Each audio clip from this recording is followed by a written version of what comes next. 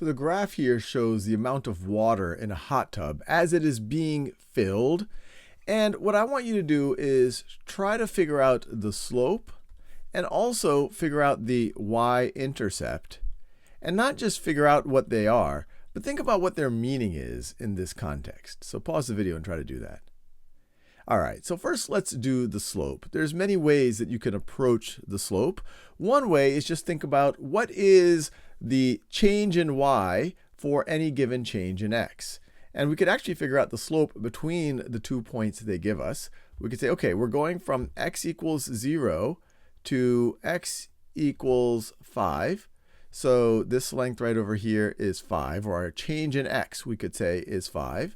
And then our change in y, when our change in x is 5, is this right over here. We went from 15 to 35, so this is plus 20. And I should put a plus here too, because if we went down, it would be negative whatever.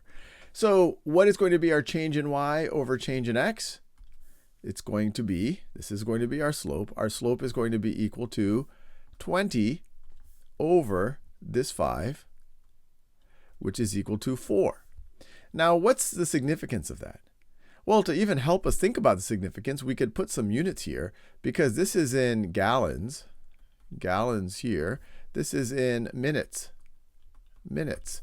And so this is in gallons per minute, 20 gallons per 5 minutes. So we could write that, gallons per minute.